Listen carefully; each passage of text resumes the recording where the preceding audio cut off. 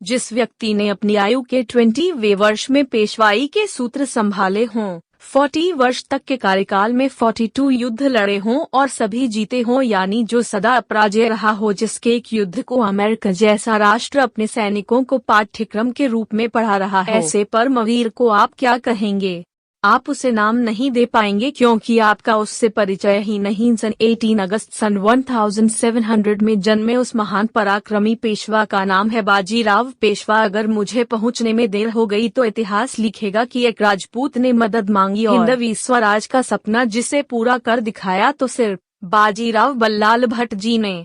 अटक से कटक तक, कन्याकुमारी से सागरमाथा तक केसरिया लहराने का और हिंदू स्वराज लाने के सपने को पूरा किया पेशवा बाजीराव प्रथम ने। इतिहास में शुमार अहम घटनाओं में एक यह भी है कि 10 दिन की दूरी बाजीराव ने केवल 500 घोड़ों के साथ 48 घंटे में पूरी की, बिना रुके बिना थके। देश के इतिहास में ये अब तक 2 आक्रमण ही सबसे तेज माने गए हैं। एक अकबर का फतेहपुर से गुजरात के विद्रोह को दबाने के लिए 9 दिन के अंदर वापस गुजरात जाकर बाजीराव दिल्ली तक चढ़ आए थे।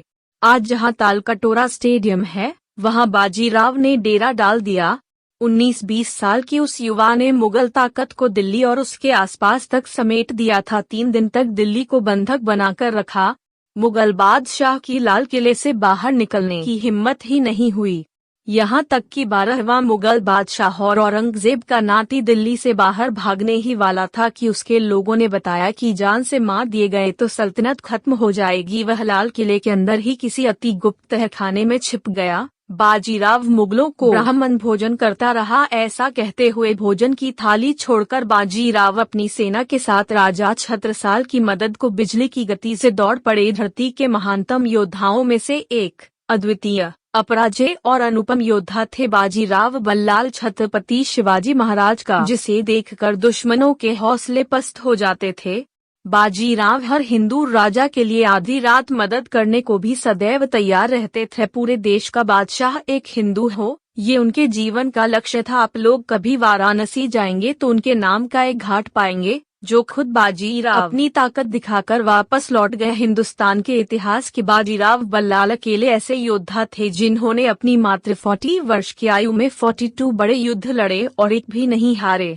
अपराजय, अद्वितीय, बाजीराव बिजली की गति से तेज आक्रमण शैली की कला में निपुण थे। ना तो अहमद शाह अब्दाली या नादिर शाह हावी हो पाते और ना ही अंग्रेज और पुर्तगालियों जैसी पश्चिमी ताकतें भारत पर राज कर पाती। 28 अप्रैल सन 1740 को उस पराक्रमी अपराजय योद्धा ने मध्य प्रदेश में सनावद के पास रावेरखेड़ी में प्राणोत्सर्ग किया। उन्हें सन 1735 में बनवाया था। दिल्ली के बिरला मंदिर में जाएंगे तो उनकी एक मूर्ति पाएंगे, कच्छ में जाएंगे तो उनका बनाया आईना महल पाएंगे, पूना में मस्तानी महल और शनिवार बाड़ा पाएंगे। अगर बाजीराव बल्लाल लू लगने के कारण कम उम्र में ना चल बसते तो